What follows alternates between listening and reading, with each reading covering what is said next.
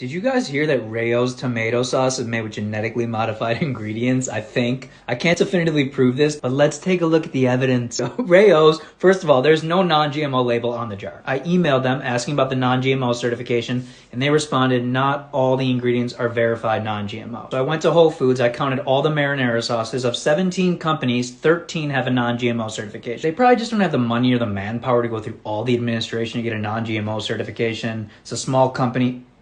Wait, didn't they just sell the Campbell's for $2.7 billion? None of the ingredients in their sauce even come from genetically modified crops, so we have to think a little deeper. Olive oil fraud is so common, there's so many reviews on this. They could either be diluting the olive oil with inferior oils like genetically modified soybean or canola, or they could just be substituting the olive oil completely. Their olive oil is coming from Italy, where so much of this fraud happens, and even if they're not diluting it, they told me themselves they're using a blend of refined and virgin olive oil, which is the lowest quality olive oil possible. In order to get the non-GMO certification, they show documentation, supply chain transparency, testing in laboratories, which would show DNA sequencing.